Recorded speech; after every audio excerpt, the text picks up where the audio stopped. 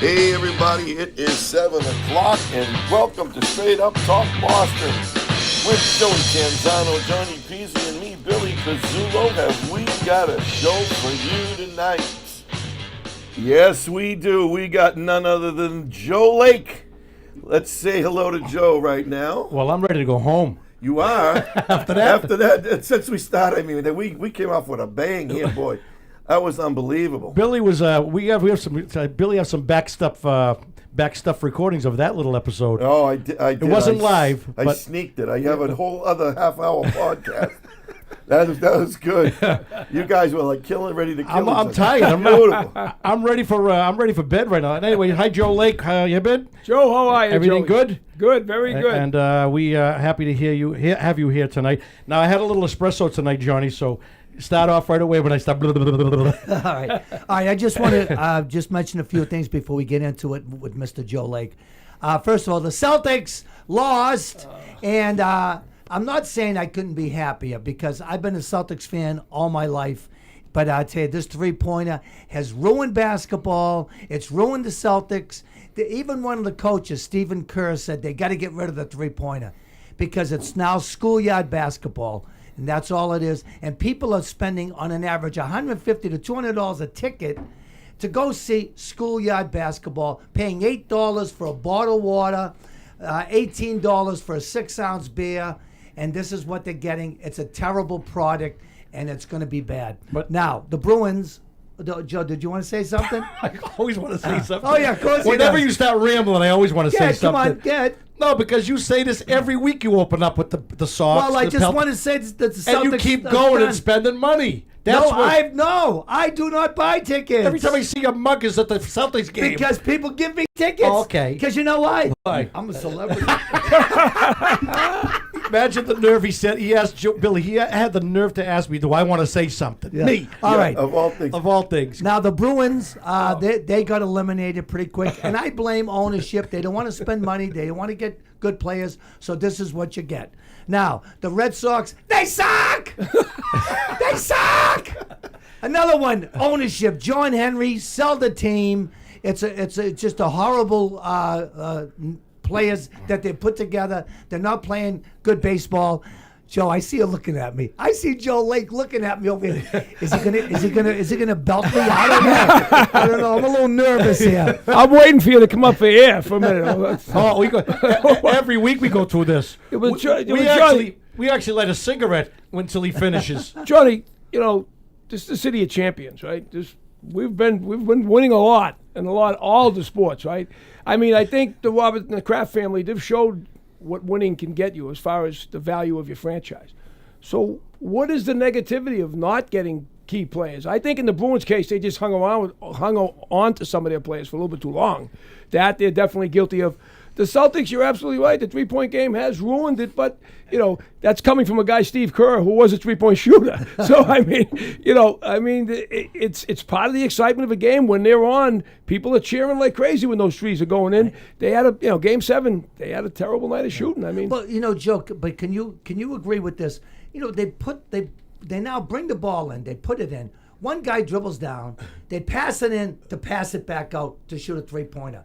There's no defense anymore. That's Michael Jordan did that, though, to the game. No. He went to the hoop. He went to the hoop. He drove to the hoop. Thank you, Billy. He did. He drove. Yes, he did. But if you talk to a lot of basketball connoisseurs, which I'm not. Connoisseur. I didn't say me. I didn't say his mind's in the sore. I didn't say me. If you watch everything, but wait a minute. If you watch everything that Michael Jordan, you watch every highlight of Michael Jordan, none of them are shooting a three-pointer. Joe, you're right, Joe. I was saying something when Johnny rudely, as usually, interrupts me. All I was saying is people that are really experts on basketball say, I've seen it on television, they say that Michael Jordan ruined the game. I think he's the greatest player that ever lived. I disagree. For whatever I know Joe, about. I don't know. You probably read Mad Magazine.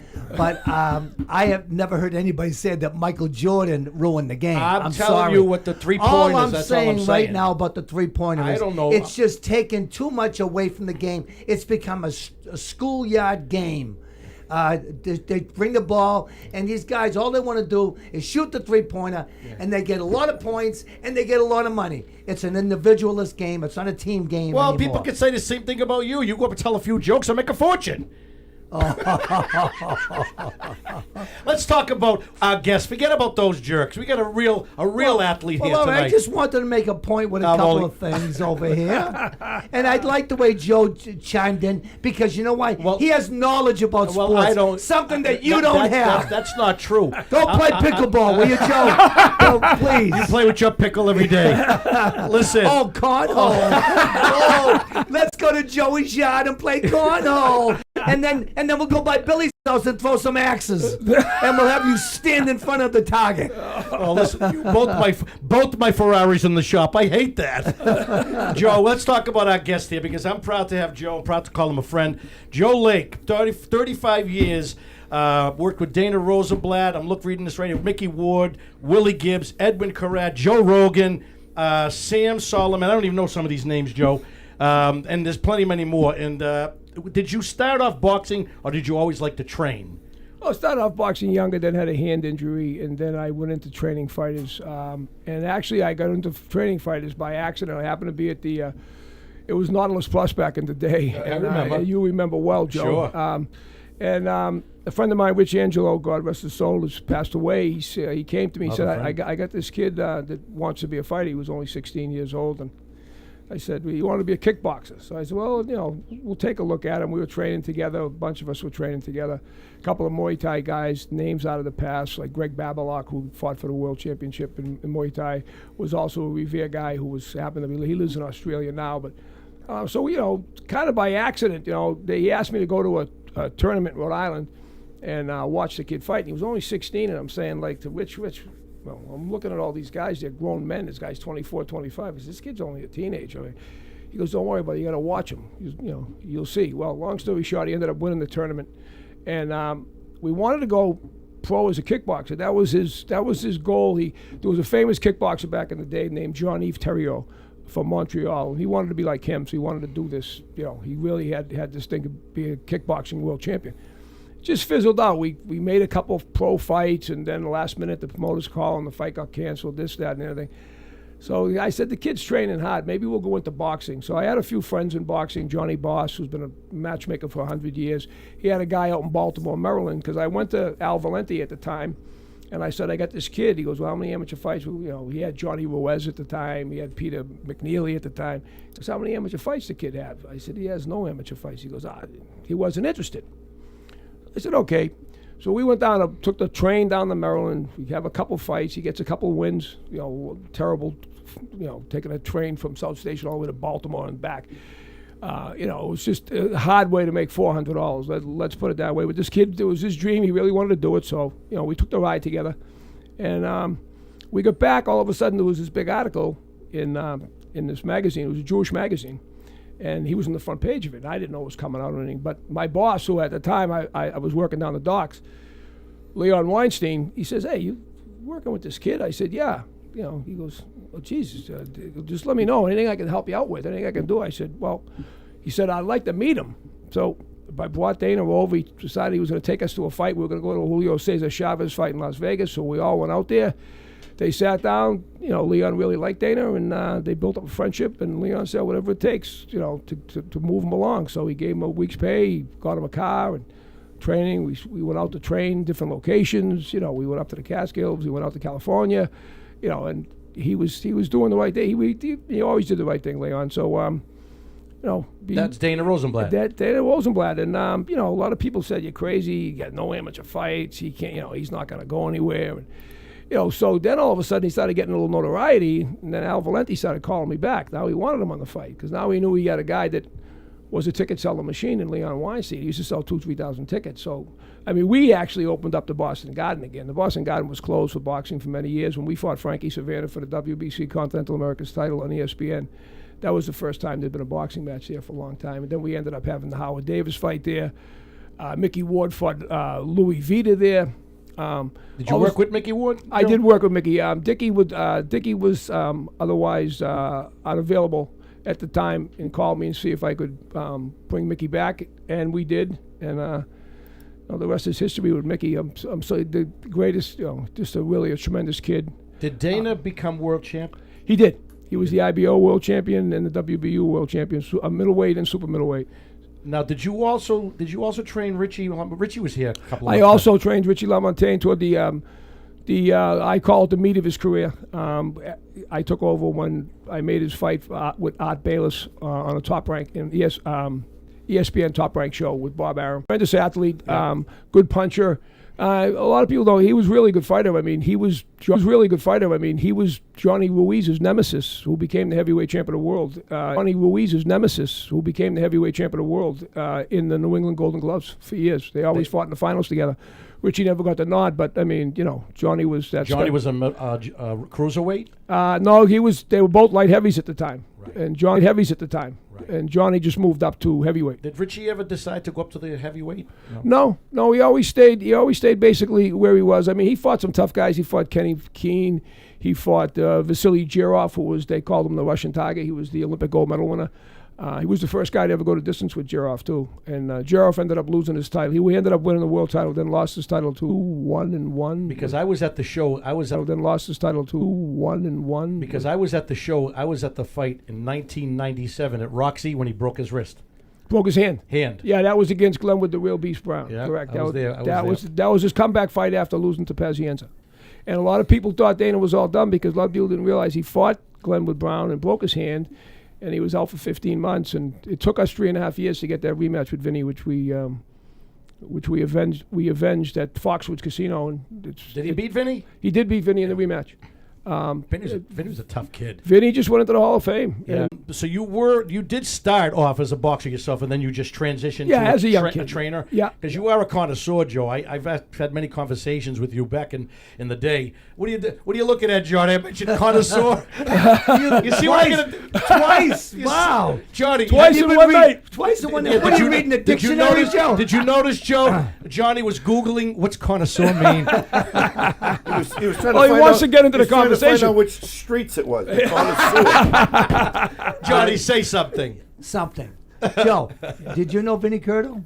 I did know Vinny Curto. I went to school with Vinny Curto. East Washington kid, yeah. Yeah, he was a crazy guy. Before school, when we were going to high school, he'd get out to Suffolk Downs before school and run the track. And then I'll never forget, we played soccer. We wanted an extra point. You got like an extra point.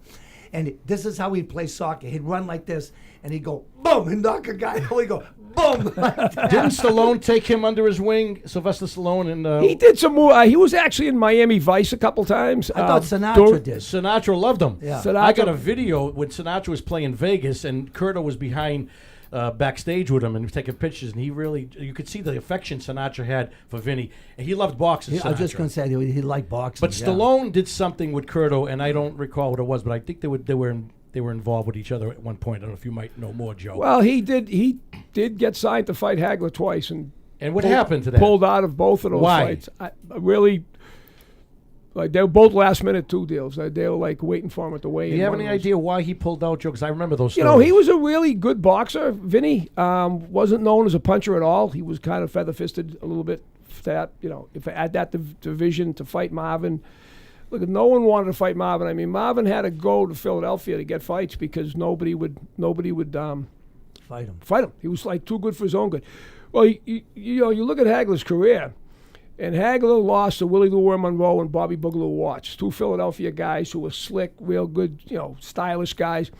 And at the time, if you read Russell Peltz is a famous promoter out of Philadelphia, but Russell, he has a book called For $50 and a Black Eye.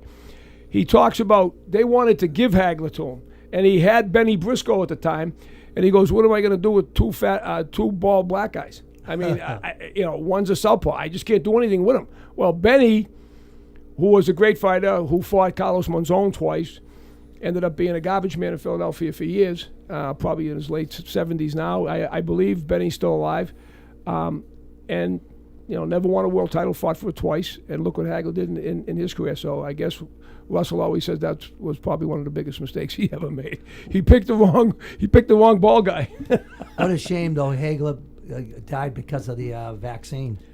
Well, he took the vaccine like I'm sure many of you. Billy and I are the only two in this room that didn't take the vaccine. All right. I did. I've never taken it. Joe, not to change this up, we want to talk about your career, Yeah. but that vaccine thing, we had these discussions. Do you regret taking it? I have not had any ill side effects of Okay. it yet. Just so. curious. Like Johnny likes to sidetrack things when we focus on I'm fine. I'm fine. Johnny's the, what do they call you? The professor, the Monsignor, and I'm the doctor. Oh my God. But anyways, you're a very sick man. I'm a very sick man. That's no, Joe. I don't know many people that know the business like you. You know boxing history. I'm in awe watching you. I mean, the way you're recalling He just can go. It's amazing. And back in 1980, I'm a little. I think I took an autistic test online. I got it. I think I got it. I'm dead serious. I have all. When I watched Rain Man a couple of weeks ago, I have all the what signs. you should do is you should call Trump's doctor because your cognitive test would be your Oh! cognitive test would be unbelievable. I could see it would be where- the greatest cognitive It's test of all time. seeping in. We can see where It's Joe. seeping in. Joe wants to go in that direction. Oh. He left the door. He left the door open. I got to walk in. Haven't you had enough of the pregame? The pregame. If anybody out The there, pregame was only at. So the time that Trump fought Vinnie CURAT, I'll tell you. the pregame was hysterical, and Billy got it taped because Joe and Johnny were going at it because I'm down the middle. What are you looking at me? I'm down the Have a middle. cognitive test for Joey. Johnny, Yeah, he's gonna- Johnny, we'd cut him in half, but we couldn't take two of them. I lost some weight. Which half do you want, top or bottom? We know what you want. I don't like little things. Well, you see one every night. Joe, notice how Joe Lake went from his professional boxing career into Trump. Wow. We have a Trump disliker, not a hater. He doesn't like him. That's true. I mean, that's pretty well known. It's pretty well known if you know me. You know that I'm not a big. Me and you have, and Billy as well, have had some spirited debates. I love the way Joe just segued into that. Well, he left the door open, John, didn't he? I wanted to ask you a question before we get into the Trump stuff. Yeah. Rocky Marciano. Yes. What'd you think? Just a great. Rocky Marciano. Well, actually, my partner and I also have another profession. We're involved in handling professional boxers' careers, and he happens to be a relative, Rich Capiello. I know Rich. Yeah, I've Richie. done shows with him. Yeah. And Richie's actually getting a very prestigious award June 6th at the Fenway Park at the Nolan Brothers Cards. It's going to be a big night for him. He's going to get a appreciation award for all. Me and Richie did 200 shows together on Showtime, ESPN, CBS Wide World of Sports. When we were in the promotion business, now we decided we're going to go into the marketing end of the business, and we're having some fun with it. We've signed some fighters, and there's going to be a big night for Richie, and it's well deserved. Did you go to Anthony's a couple weeks ago for the fights? I haven't gone to many amateur fights. I'm kind of Richie's always there. Right. I've gone the past 3 or 4 years. I got sick. Well, him and his paid brother up. run the tournament. That's a great Yeah. tournament. That's going to be Rocky Marciano tournament celebrating 30 years this year. So I know Peter Marciano and them are very. I've met Peter. Yeah, Who's very- Peter? Peter is Rocky's brother. Yeah. How old of a guy? He must be up there. He's Yeah. up there. I've met Peter's son. The son's Rocco, son, yeah. Peter Jr., Rocco. Now, Peter Joe, I've Jr. had this discussion with many boxers. I know a lot of people that have fought in the ring, and I always ask this question. In my opinion, as Johnny taught me to always say, Whoa. in my opinion, I give credit where credit's due. You can never say something's a fact. It's in my opinion. In my opinion, Mike Tyson is the most vicious, ferocious, best I've ever seen in my life. On the other hand, people say Ali would have beat him. What do you think? Different eras. Like people ask that situation with Marciano. I mean, how would Marciano have did with Tyson Fury? I mean, I don't think anybody could beat Tyson. I just don't. I've He's never talking seen about any. Tyson. You're talking about Mike. Mike I'm Tyson. talking about Mike Tyson. He said I'm talking Tyson. about Tyson Fury. Oh! I'm You know, sorry. I mean, Rocky. Well, look at. I mean, which Tyson? You had 3 different careers in Mike Tyson. I mean, you had the after the in prison Mike Tyson. Yes, but in his peak, could anybody have beaten that man? I just don't think so. I mean, but look at the guys. I mean, Trevor Berbick is he in anyone's top 100 in the heavyweight division? I mean, Donovan Razor Ruddock gave him hell twice. I mean, did. Was he really that great of a fighter? I mean, he come up in the Catskills fighting the guys like Steve Zuski from Brockton. You know, the regular guys, the 500 fighters. You know, 15 and 15 guys. Yeah, we got by those guys, and he knocked a lot of them out viciously. Yeah, he did. But the $1 million question, Joe, is Ali in his prime, Tyson in his prime. That's all I want to know from your He opinion. wouldn't beat Alexander Usyk in his prime. Both guys in their prime. Couldn't have hold the candle. Mike Tyson? Mike Tyson couldn't hold the candle to Alexander Usyk. I can't, it's hard to believe, and you're the expert. But I just what I've witnessed. Ali was so pretty and fast, but the ferociousness. Holyfield in his prime is a heavyweight. In his prime, Yeah, but Tyson was on his way down. So wasn't Evander. Yeah, Yeah. Holyfield was taking him apart. That's why he got his ear bit. Yeah, that's right. Yes, but Tyson was on the way down. No, both guys were at the He same wasn't age. in his prime. Before he went to jail, he was in his prime. Yeah, but I mean, what are you saying? He was only in his 20s for a couple of years. That was his prime. I mean, you know. Joe, I take your word, but I'm just saying. When I look at Mike Tyson, I mean, you know, do an autopsy on Mike Tyson. What great fights did he ever come up on top on? A great fight. Don't get me wrong. Don't take this the wrong way. Mike Tyson beat a lot of fighters. Mm-hmm. Mike Tyson also lost to a lot of fighters. He was going to lose to Lennox Lewis. If they were both at their prime, you talk about both guys' prime. Really? He He was going to lose to Evander Holyfield, both guys in their prime. He just was. Interesting. I would have never thought that because of the viciousness on him. Joe, Well, a lot of that was false bravado. I'm going to eat your kids. I'm going to bite your... No, I'm talking about the way he come at you in the ring. The speed and the power of his punches was... Yeah, and if you got frozen by that, you got knocked out. Yeah. If you look at the greatest thing Holyfield ever said, and that's when you knew that I said Holyfield's got a chance in this fight. When they were at the press conference, Tyson got up and was yelling and screaming at Holyfield, this, that, blah, blah. And Evander Holyfield looked at him and said, nobody's ever put their hands on me that I haven't hit back but my mother, and you ain't my mother. Mike, I'll see you tomorrow night, and get up and left. Right. And he left. Well, he beat him. He beat left him Tyson standing there like this. Yeah. I mean, so you know what? I'd like to get your opinion on this too, Joe. You know, they have these boxing matches now. They have Tyson fighting, you know, and they're gimmick fights, I call it. Gimmick fights. That's what I call it. I mean, it's ridiculous. It is ridiculous. It is so ridiculous to watch. I think the last one everybody's watching. I forget who. I mean, Tyson was Netflix is what's giving this life. They're Yeah. giving it life because Crazy. they're putting on Nate Diaz and anyone versus Jake Paul. Anyone. And finally, I mean, they actually put on AJ, Anthony Joshua, heavyweight champion, fighting Tyson Fury this summer. They put him in against Jake. Jake Paul wasn't even a good amateur. He was moving up the ladder. He fought Tommy Fury. The only good thing about Tommy Fury is he happened to have a brother who was the heavyweight champion of the world. Other than that, he was an ordinary guy too. And he beat him. What do you think about Jake Paul, Joe? I mean, he works at his craft every day. Mm-hmm. You could probably get a half a dozen amateurs right now that are at his weight division that would beat him. So, is he a real fighter?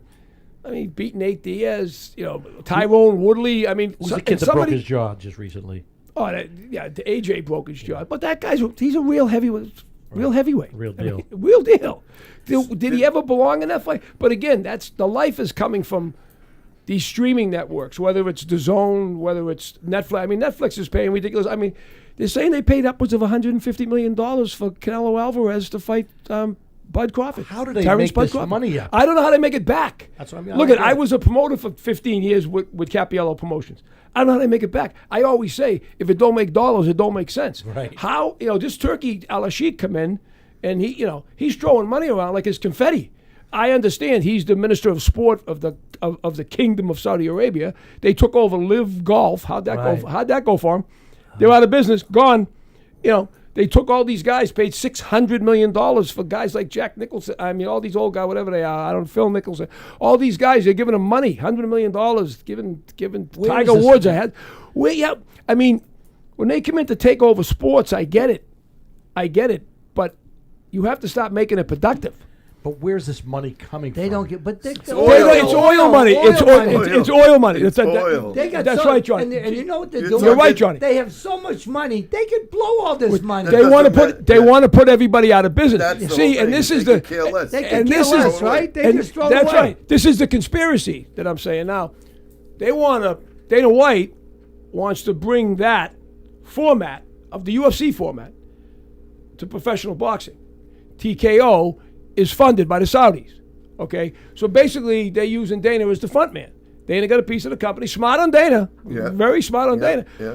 But being in boxing a long time, that business model doesn't work.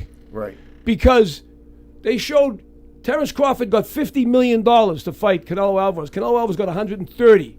Wow. Right? $50 million. The greatest UFC fighters of all time, their whole career didn't make $50 million. And they were in wars. Some of them are talking out of their ear. Because that's a vicious sport. Johnny does that, talks out of his ass. Johnny, everything always comes back to you. But Because he ain't gonna get it before he gets me. But they just bankrupt themselves with Live Golf and the PGA's backings. So what that shows me is sometimes sports history repeats itself. You just can't come in and take over an industry like boxing. Boxing's hundreds of years old. Right. The UFC doesn't have history. Mixed martial arts doesn't have history like But professional is boxing coming back? I mean, because for a while there, it looked like it was just going to fade away. Well, when you lost the Twin Towers, you lost HBO and you lost Showtime. That should tell you something about the business.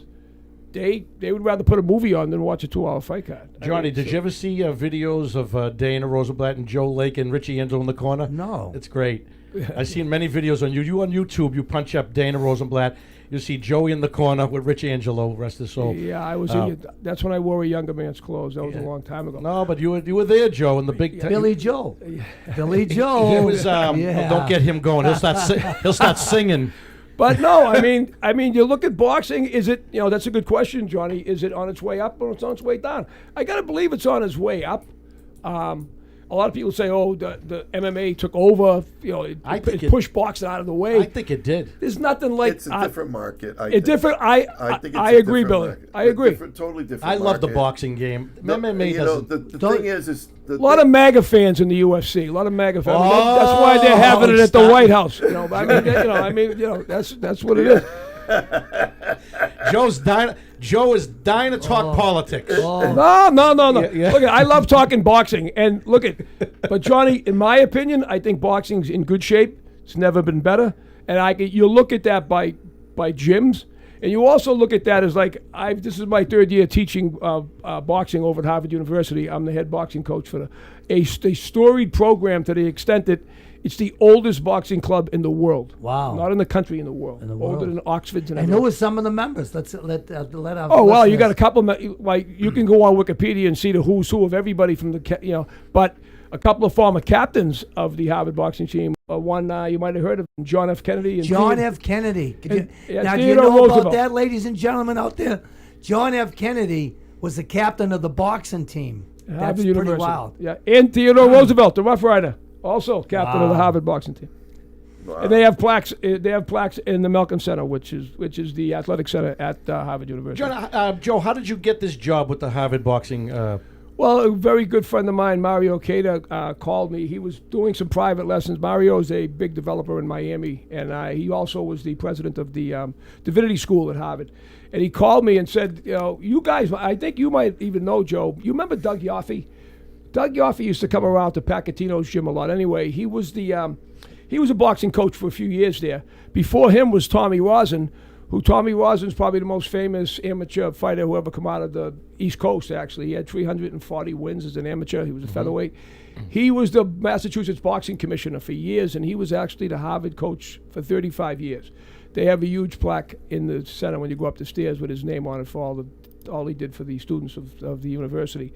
And Doug Yoffe got sick. We were just talking about COVID a little while ago. Doug got sick with COVID and couldn't come back with his duties running the program. So Mario had called me and said, listen, these kids they're kind of a wayward ship. They had 1 year, they had no coach, and this, would you consider it? So we sat down with the people that were funding the program, and they said, yeah, would love to have you. And we worked out a situation, and it's my third year there, and I love it. I love the kids. Are you the top guy over there? I am the head boxing coach over there. And I have Bob Judge, who's a very dear friend of mine and my training partner for 20 years. He's the assistant coach. How many days a week is it for you? We're there 4 days a week. 4 days a Yeah. week?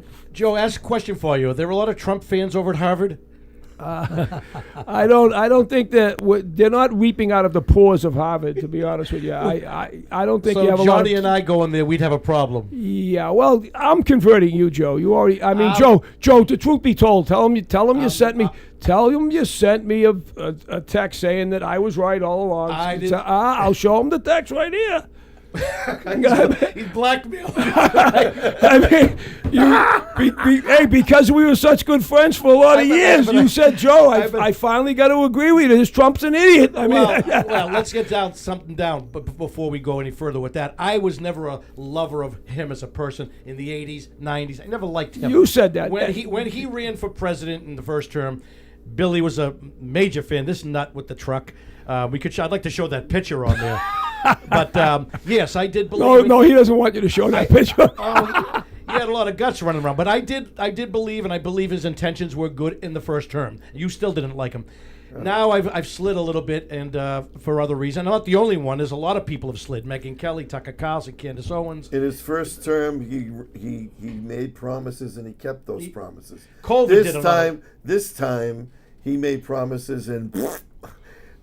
I haven't seen a lot of them. You can't say the same thing. No, he's definitely broke promises. Term. So we're in one right now with the war. So what I said to Joe is like, Joe, even I have a cousin out in Washington who's a lobbyist, and he's not a fan of him at all. He's probably watching, and I actually blocked him, my own cousin. And I unblocked. I never blocked you, Joe. No, but I blocked him. No, because every day this cousin of mine, he's probably watching. I love him, and he would every day just keep hammering. I couldn't take it. So, anyways, he got into a little argument with a friend of mine and I said I better just block because he's not. Anyway, I unblocked him a week ago, and I said the same thing. I go, you were right. Yeah, you said I was one of three people. You said I was one of you, him, and someone But let's else. get back to the collegiate boxing. Collegiate boxing. We knew we were going to go into politics eventually. Collegiate boxing, to my surprise, in the 60s, there was a death in collegiate boxing. So they forced them out of the NCAA. So they took the collegiate status away from them. As of a few years ago, it's now called the NCBA. It's the National Collegiate Boxing Association. And a lot of schools, a tremendous amount of schools, you've got Hofstra, Lockhaven, UConn, Brown, Harvard. All these schools are now going into collegiate boxing. Now we had a sparring night with Babson College in Brandeis. It went over very well. It was on Babson's College in Wellesley. It was a great night of boxing. There was upwards of 400 people came there, from faculty to alumni, and it was very, very good. A lot of good fights. The kids, the students had a great time. I really think in today's, I call it the internet world, in today's world where everyone's walking around with their face in their phone, me included, when I have some free time. Yep. It's just something else to do. I think kids like it to be something to be real. Right, that's what I'm feeling from all these kids at the university and some of the professors. I mean, I have a professor that's written 3 books. His name is Danilo. He was a wartime correspondent in the Ukraine. He's the toughest guy that I've ever met in my life. Really? He just is. He just boxer? No, he's learned. He's been. It's my second year there. He's learned how to be a boxer. But he spars with the young guys. And you training him? Yeah. Well, he's in the class. So I mean, but he comes to it, and like I say to him, Professor, what do you think these kids, because we get, we end up signing up about 130 a year to start. You probably get 40 per class. How many classes a week do you do, Joe? 4. And how many people in that class? How many kids? Roughly about 40. Right, 30 to 40. And some of them want to fight. I mean, and some of them did participate in sparring night and put the headgear on. And, so I make sure we get the best of equipment. Ezo's a great sporting goods company that Nicolo happens to have graduated Harvard as well. He's friends with Mario. So he donates all the equipment, and they put the Harvard logo on it. And so, I mean, they do a lot of stuff to make the kids feel good. Do you see any potential, any fight? Well, look, I don't want any of these kids to go. I mean, look, it's for me, it's a great outlet for them. I think like Teddy Roosevelt used to say, a strenuous life. I think there's a lot to be said for that, because these kids, look, you go to Harvard and you're going to get an education, you're going to get a doctorate somewhere. Chances are you're going to be in a courtroom, or you're going to be a judge, and you're going to doctor, or a doctor, or a boardroom, and you're going to be put under stress. Be comfortable being uncomfortable. That's what I tell these kids. be comfortable being uncomfortable. Good words. And when you can do that, and you can learn how to box. And I teach defense first. I always want a guy to have a good pair of legs. I don't want a guy to stand there and blast away. Look at, you can't make a silk purse out of a sow's ear. So a lot of kids that I had, they weren't going to be a mover and slipping punches and stuff, and they were walk forward type guys. So you look at a guy like Customato, great trainer, one of the greatest ever. His peekaboo style wouldn't work for a guy who was 6'9". Right? It just wouldn't. Right. But look at the guys he had. He had Jose Torres, a great fighter. He had all Floyd Patterson, Mike Tyson. Mm-hmm. He had world champions, and they all had that kind of slippery peekaboo style type thing. What did you think about the Petronelli brothers? I like Goody and Pat. Very good. Have you met them? I did. They're both gone now. Oh yeah, they're both gone. Goody. I can legends. tell you some funny stories about Goody. We had a kid, Ian Gardner, and Goody was frugal. Let's just go say. So we were out in Vegas, and Richie Capiello. So Goody, he was one of these guys. He'd come to a fight with a golf, a bowling bag, and it'd be a few days, and he wouldn't carry much, pants, jacket, shirt. I'd come with a big friggin' suitcase, and and he'd have he would be frugal in that sense. So one time we had to take a bus from there to the Mandalay Bay where we were fighting, and it was $5. And Goody didn't want to take the $5 out of his pocket. So when we got to the hotel, we're waiting to get our per diem. It's called per diem. You wait there, Johnny. I'm sure you've done it for comedy shows. You wait for your money to eat and all that. They pay your expenses and stuff like that. So he was asking Richie 3 or 4 times for the $5, and I'm saying, and this was after Marvin's career. I'm saying this guy made $8-9 million, but that's who Goody was, right? And then you had Pat. Pat had 2 problems. He liked slow horses and fast women. He couldn't pick a winner on So they were 2 characters. Yeah. That's what they were. And look at the truth be told about Marvin Hagler. Marvin Hagler was already a national champion when he came here. He wasn't. He was already on the national team. He left Patterson in that area of New Jersey that was really bad. The Watts riots had started. His mother wanted to get him out of there to get him safe. Mm-hmm. He ended up moving into Brockton, Massachusetts, walking by a place that was called Petronelli's Gym. Went up there, and he had already had amateur fights. And Tommy Parks was one of his early trainers, and Tommy trained a lot of good fighters over the years. And Goody and Pat did a great job with him. But if you remember, a lot of people don't remember this, but Marvin Hagler would have never got his shot if it wasn't for Tip O'Neill. Tip O'Neill told Bob Arum, I will have a Senate investigation on boxing. Wow. If this guy doesn't get a title shot. Are you kidding? But then, who did he fight? He fought a top-ranked fighter. Who it was? Vito Antuofermo. Yeah. He didn't win that fight. No, people forget that. That's right. Vito. That was a draw. It was a draw, and Vito kept his title. That's right. Yeah. Joey likes slow women and good-looking horses.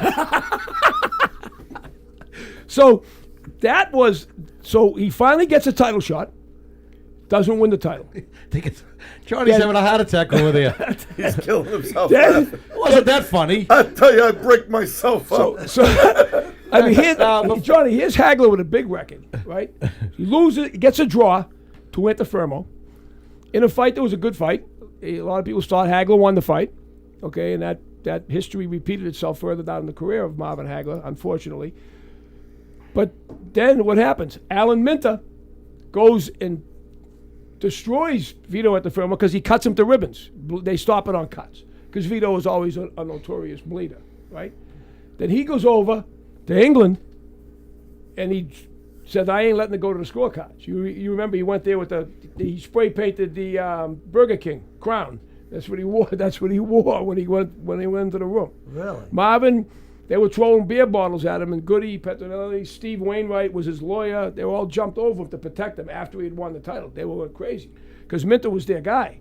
And Minter had just beaten he had just beaten Vito Antuofermo to get the title. But again, they were pushing for him because they thought that for years they kept Hagler out of the fold of getting a title shot. So they gave him another title shot. And that one, once he won that one. Why does everything have to be so stinking political? This poor guy, Hagler was an amazing amazing fighter. I thought Hagler won the Leonard fight. A lot of people thought that Ray couldn't have went. I always said this about the great Alexis Arguello. Arguello won most of his fights in the 13th, 14th, and 15th rounds. He always called them championship fights, right? He would have lost to Ray Mancini because he knocked him out in the 13th round. He was losing up into the 12th, right? Snake Man Escalera, he would have lost to him twice. Bobby Chacon, he would have lost to him because he beat all these. He knocked them all out in the 14th, 15th round. Joe, do you think that Hagler held back? I thought he held back in that fight. With Leonard? Yeah. Nah, Leonard was a very cagey fighter. Leonard was one of the greatest fighters of our era. But question he would have beat. He would, this. I'll put this out here. This unquestionably in my mind. At welterweight, Tommy Hearns, Wilfredo Benitez, and Sugar Ray Leonard all would have beat Floyd Mayweather. Every one of them in their prime. Absolutely. No question. I agree with you. No question. I totally agree with you. Because Floyd Mayweather had nothing to keep Tommy off him. Therefore, he couldn't stop his offensive arsenal. And Tommy, Emmanuel Stewart, who was a friend of mine, I talked to Emmanuel several times, went against him against Andy Lee in Ireland. He was a great trainer. He made a statement after the first Leonard fight that if he had taught Tommy how to hold, Tommy would have been the welterweight champion of the world. Mm-hmm. Okay, and if you watch the fight, he was right. But what happened in the next fights when they fought 3 times? Tommy won the next fight. But the only fight that really mattered, the only one that ever remembers it, they remembered the first one. That was the fight of the decade. I mean, Hearns was the killer. He was knocking everybody out. He had just won the title from Pepito Cuevas. He had destroyed him. He screwed him into the ground. That's the knockout where he hits him and he twisted around 3 times before he hit the ground. Tommy was a murderous puncher. I mean, no one will ever forget how he knocked out Roberto Duran. Duran went on the ropes and boom, he could hit the shot. He came right down, didn't even put his hands out. He just bounced off the canvas. He was out cold. Joe, tell us a little bit about Mickey Ward. I don't know much about Mickey Ward, but they made a movie of him. Mickey, what you saw with Mickey Ward was what you got. Very interesting. Mickey O'Keefe was a great guy. All the people around Mickey that I was friendly with, Mickey himself, Dickie Eklund, Sean Eklund, all great people. Mickey, like I said, what you saw, what you get with Mickey. Mickey was one of these guys that if you fought Mickey Ward, you'd be a fan of Mickey Ward afterwards, because that's the type of a kid that he was. And I'll tell you why I know that. How old of a guy is he? Mickey,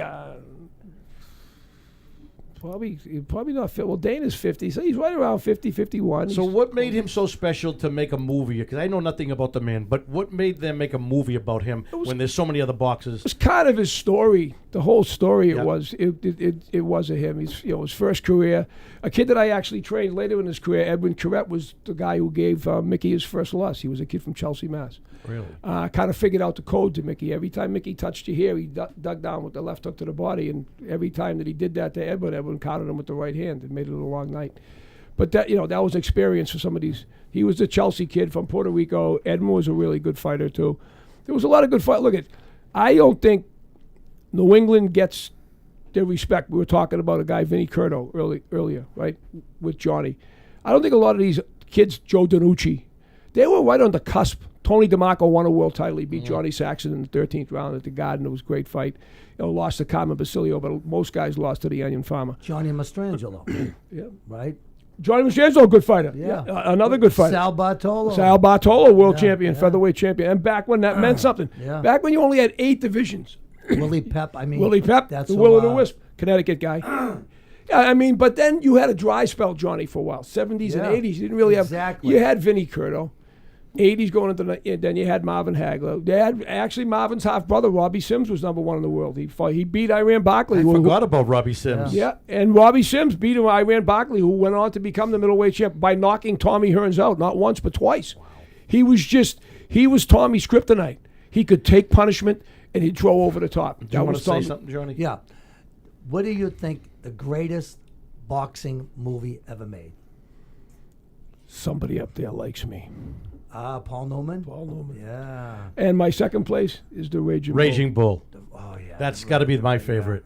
And there's another one that, if you like the old ones, Anthony Quinn, Requiem for a Heavyweight. Yeah, those are 3 great boxing movies. Now, where would you put Rocky in that? The Rocky series? Well, the first Rocky. The first well, one. somebody, I mean, the Hall of Fame put Sylvester Stallone in the Boxing Hall of Fame.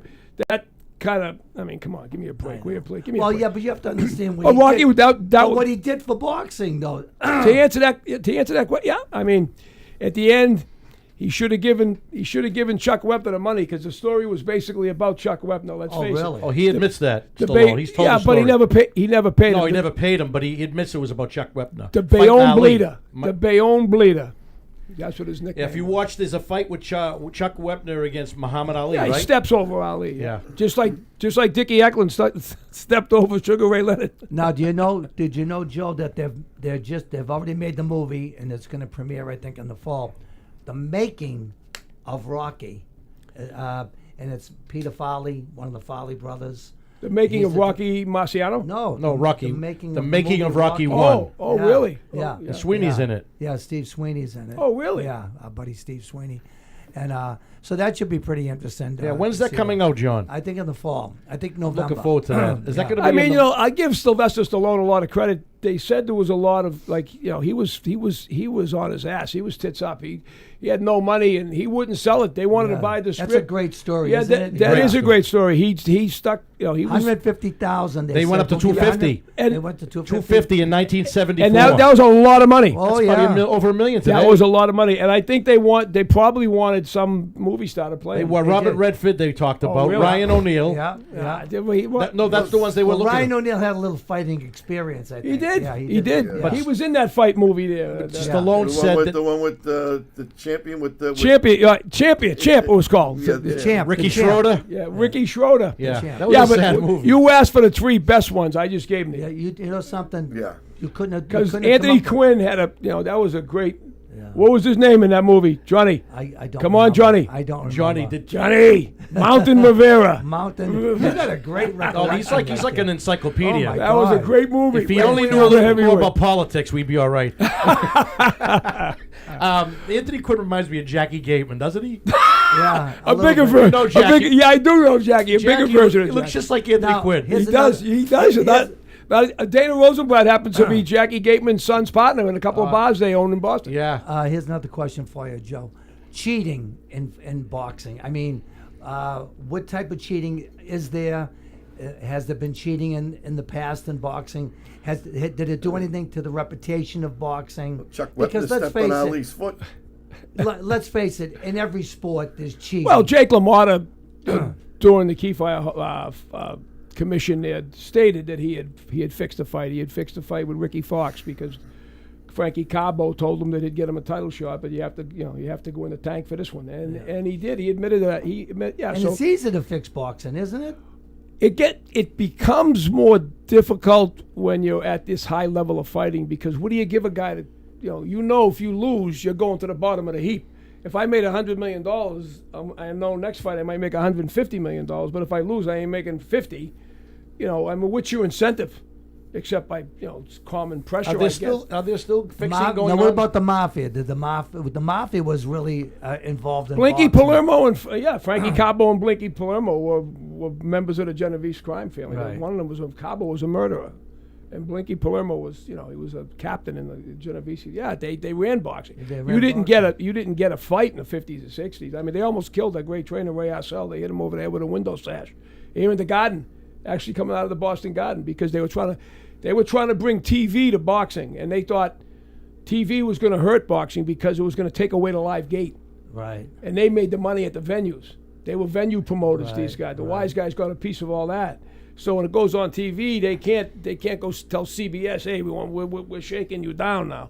They couldn't get away with stuff like that. Well, now, wasn't it the story, Vinnie Curto, they asked him to go down on a certain, I think it was the Mob, go down, and he didn't do it. And remember, he didn't show up to the fight or something. He was supposed to fight Hagler. He was supposed to fight Hagler, and he didn't. Now, he wasn't afraid of Hagler, but I think wasn't the story, he was told to go down on a certain, he didn't want to do that. He had claimed in the first fight that he had been pressured to throw the fight, and he didn't want to participate. Well, and I guess. I mean, that's the rumor. Do I know that? Yeah, that's the rumor. That's and, a rumor. And ladies and gentlemen out there, we don't know for facts, so we're just conversing here. But that fight never happened. And to be honest with you, being a fight fan, I would have liked to seen Vinnie Curto, Marvin Hagler. That would have been a great fight. Vinnie Curto was a master That's when boxer. Sinatra had a piece of Vinnie Curto. I had always heard that too. that Sinatra was part of his management. He had a piece of. Well, Stallone for sure. He lived with Stallone at one point. back in the 80s, I was under the impression. 'Cause he was married to a girl from Revere. Yeah, Tammy Jakubiak. Tammy Jakubiak, great kid. Yes, yep. I went to high school with Tammy. Yep. Wonderful person. So, but getting back to gambling, I mean, fixing a boxing match isn't a difficult thing to do if you have the right people involved, right? It's a lesser name guy. Look at a lot of times in guys' early career, they're not fixing boxing, but when you can see both guys walking into the ring and you know who's going to win, is that fixing boxing? I mean, that's a matchmaker trying to make matches that favor his guy, whoever his guy is. If a promoter's got 15 guys under contract, he's looking to move those guys up the ladder. Right, so he's going to take one. So he expects a matchmaker. That's why a matchmaker from a major promotional company is very important, because that's the guy that's going to move your fighters along. Going to put them in with just enough, but not too much.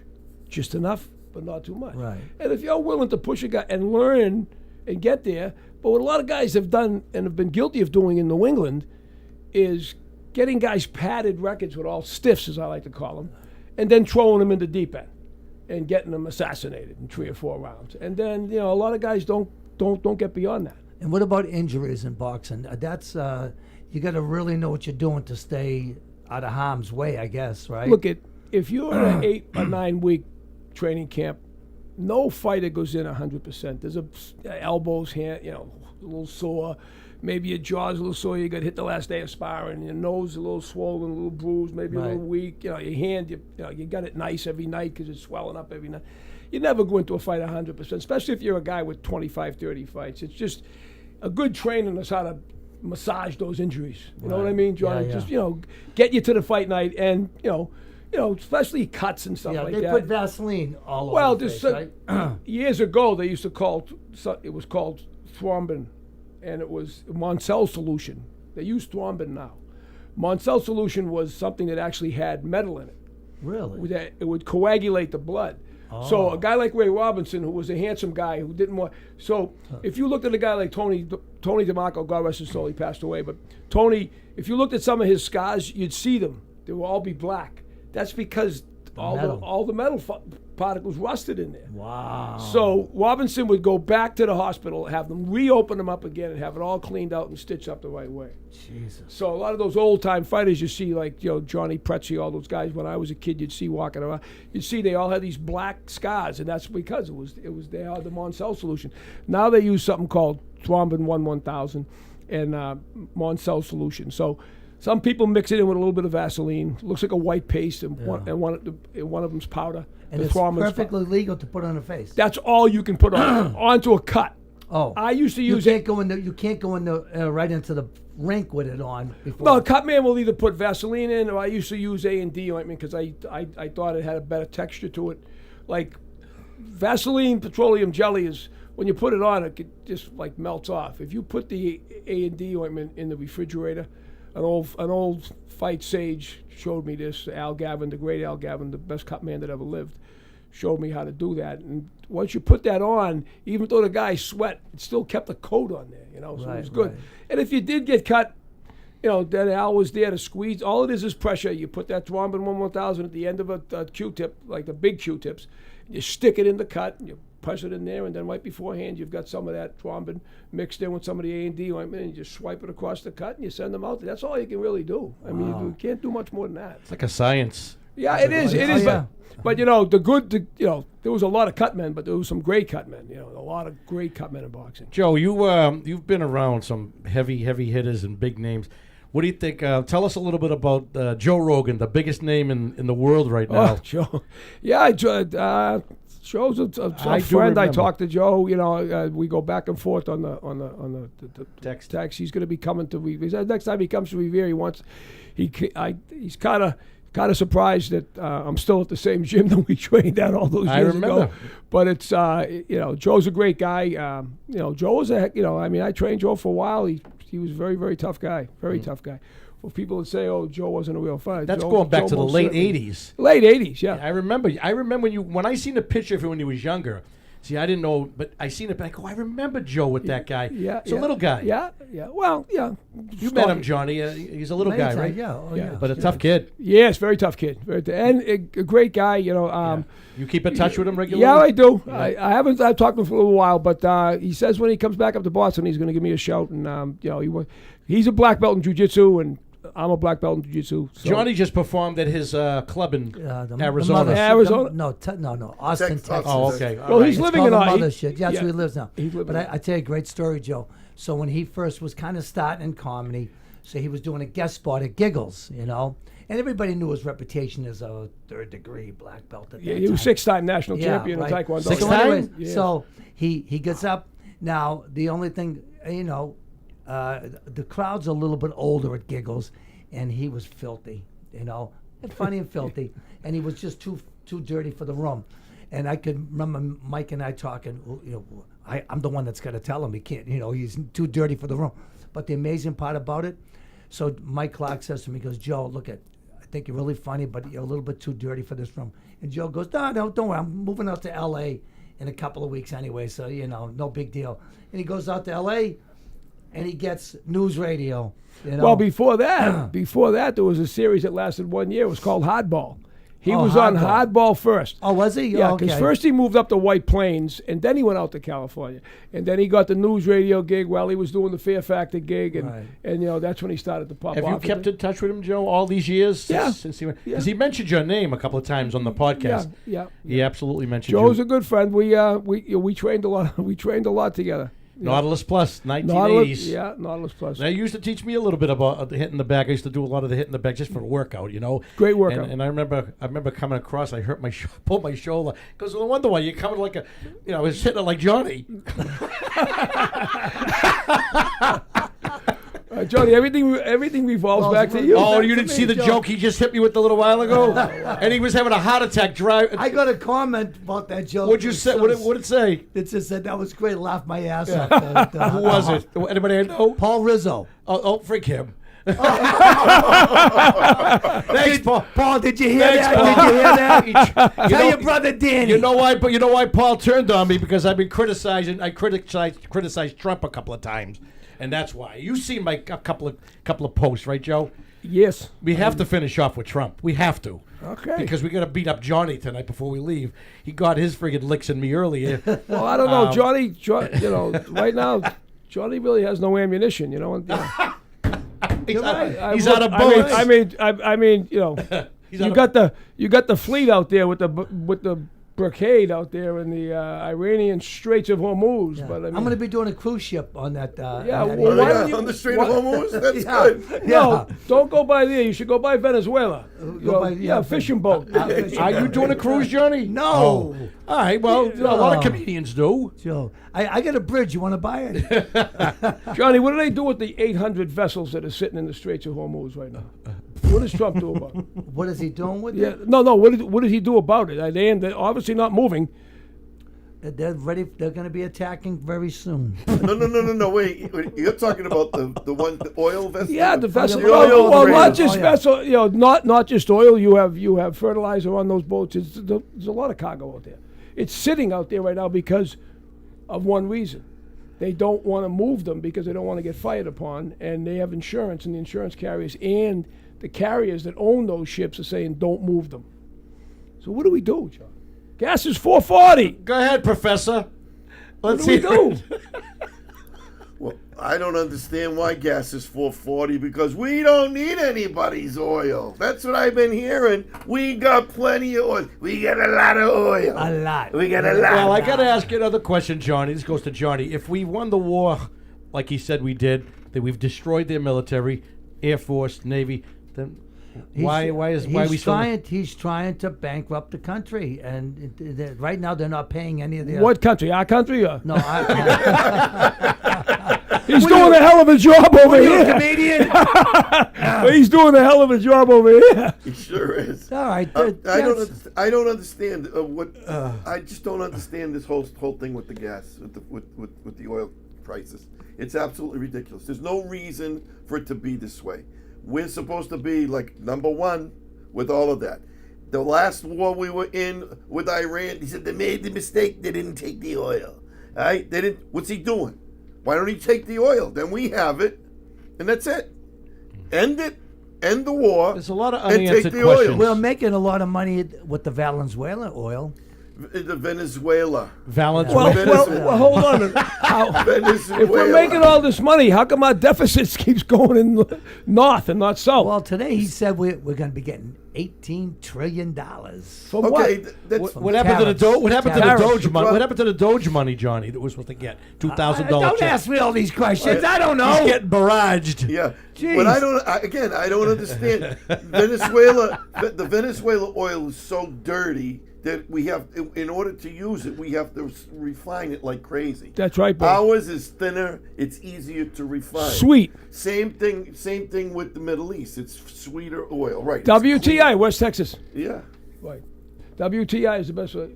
Look at, don't you watch Landman? The Permian Oh, I Basin. love that. Oh, That's a great. The what a Permian show. Basin. Come on, you got to Isn't know he about great? Landman. Billy Bob Thornton, isn't he Billy, great he's in the that? best at it. He's the best. Yes. You know who? You know who Billy Bob Thornton is in real life, don't you? Jerry Jones, the Dallas Cowboys. Oh, yeah, That's yeah, what yeah. he was. He was an oil speculator.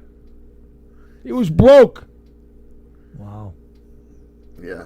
When you hit it big out in this WTI, you hit that sweet stuff. You're making a lot of money. You remember the Beverly Hillbillies, right? Come and Texas listen to my Cruise. story about a man named Jed. Poor my man. Barely kept his family fed. And then one day he was shooting at the food, and up through the ground Come a bubbling cruise. oil. Oh, that is black gold Texas tea. You see, Johnny's been taking voice lessons, so we haven't shut him up since he started taking lessons. Oh my God! But you know, Joe, this was awesome. Will you come back with because we only like to do an hour because you know. I already told you, Johnny's going to be sitting on my lap. He needs a ventriloquist. Well, we're gonna, So- Hello. where's the dummy tonight? Right there. We're going to start calling him Johnny Trump. The illegitimate son, that's what he is. Look at him, that's what he is. We had a pregame, that Bill, I told you earlier, that was awesome. I wish we had that on the live, but we didn't do it live. No, hey, listen, we'll get it up there. We'll get it up there. We'll get it up there because it's recorded. So it's Whatever, yeah. We as had soon a as lot you- of fun. We You had a know, lot of fun. There's I nothing learned like- that from Mike Dowd is the one who said, "Make as soon as you come in the room, turn it on." Before we go, Joe, he's the one who you said know, it. Joe, you have a podcast that you're doing too right now, right? I do. It's called Boxing Talk, a real conversation with my partner, Rich Capiello. We have a lot of good guys on there. When do you air? Do you record it or do you go live? We record. We don't go live. Okay. And what platform do you stream it on or send it on? We use YouTube. Okay. Yeah. And, How often do you go? Like, do you have a special? We're going to be actually this week. We're going into studio this week for 2 more episodes. Where's the location? It's in Easton, Mass. It's down Really? by Brockton. Yeah, well, Yeah, he's I know Easton very Yeah, well. well, he owns a car dealership down there, and we have the studio upstairs. We got a nice studio. Good. It's So a- now plug it right now and tell them where it is, where they can find it. Once a month, you say, or once a week? Well, we're going to start going once a week. We do a lot of stuff on the reels on Instagram right now. You can check out a lot of that stuff. Right.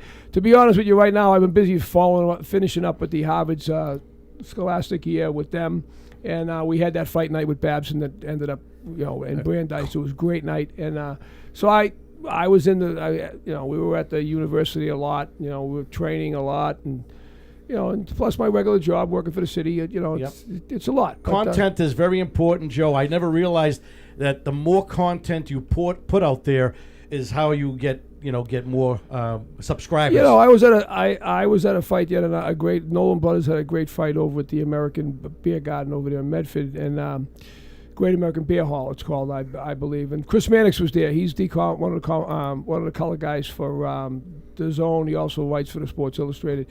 And then we were talking about podcasts because he's got the writer and the fighter with Sergio Mora, the Latin Snake, and great boxing insight they have, both those guys. And so he said you just can't give up on it. You gotta. He said most of them go 7 episodes and then that's it. Oh yeah. So Well, we look back at some of the stuff, Billy, on our YouTube. And the early days, like I said, we've had Gigi on, we've had Richie LaMontagne on, and you look back in the earlier when we first started, not much content we had. And the views are not that plentiful, although Gigi had a lot of views.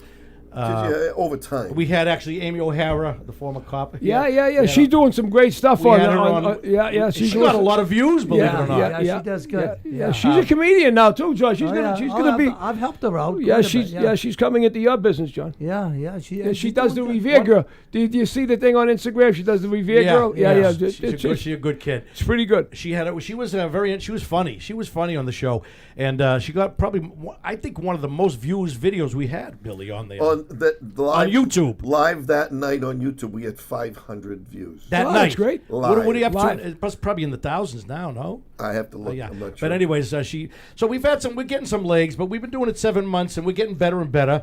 You know, we gotta watch Johnny. With sometimes he gets a little vulgar. Yeah, but something though. Anytime that you're getting better and you're getting content and you're putting it out there. One thing I learned about in the boxing business when we were doing our own show, we did a fight night, Mohegan Sun Fight Night in New England, and we did it with the Mohegan Sun actually, and they fronted us the money and per show and stuff, and we did it for 8 years. We had a show.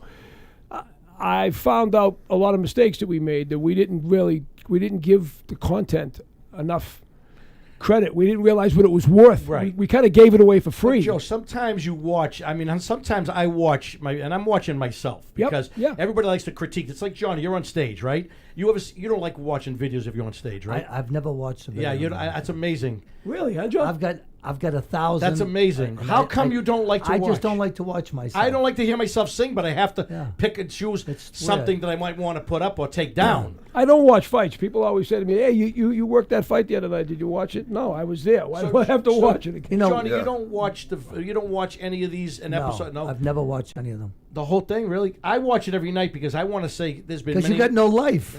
Well, see what I mean? Now he's been all over me tonight. Now there's, but let me tell you something, Joe. The Italians are good for, like the Italians, when you do something for them, they pay you in food. Hey, I got some nice sauce for you. I'm going to give you some tripe. Joey, now, somebody does something for him, and he goes, I'm going to pay you. You can come on the podcast. That's a good way to do business, though. That's how he got me tonight. Good one. See now, Johnny. Everybody says that I pick on Johnny, but if anybody's out there, he hit me all night tonight, Billy. Marco! He was attacking me all night. My grandson, Marco! His grandson said to one night, his daughter, he says, "How come that guy picks on Grandpa?" Papa. I'm a papa too. I'm a papa too, I John. hope he's watching tonight. You abused me tonight. I have post-traumatic syndrome. But Joe, slow women and good-looking horses. Better than slow men. But anyways, Joe, this was fantastic. Will you come on again? Absolutely, anytime. All right. Great time. Thank you for watching out there. I want to say hi to Ada, Dina. Ada, who's Dina? Ada. Also, next week, the mayor of Revere, great friend of ours, and Joe, Patrick Keefe is coming on. He's coming on next week, and he told me tonight he might have to be here at 7:15. Wow. So that might be a little bit late next week to start. We could not we worried could- about it. We'll Is let that Johnny okay? talk foolishness. Yeah. Oh, thanks, Billy. Oh, there you go. Hey. Well, Johnny's really got. Johnny talked his Johnny's got that down to a science right now. what he talked about tonight? I can't believe you're still a Trump fan, John. Honest to God. Take it home on that thing. Thank you guys for watching. Thank you, Joe Lake. Thank you, Johnny guys. Pease, for your insults tonight. And I don't know. I'm going to go home and watch this tonight and just probably just erase it all. 'Cause I got abused. Wow. All right. On that note, we're going to take it out. We love you guys. Thank you for tuning in. Straight Up Talk Boston every Monday night at 7 o'clock. Hey, if you're enjoying our content, make sure you subscribe on YouTube. Follow us on Facebook. But we really want those subscriptions on YouTube. Send us your address. I'll send you a T-shirt. Don't forget. God bless you. We'll be here next Monday night at 7 o'clock. Have a great one. We off? Good job, guys.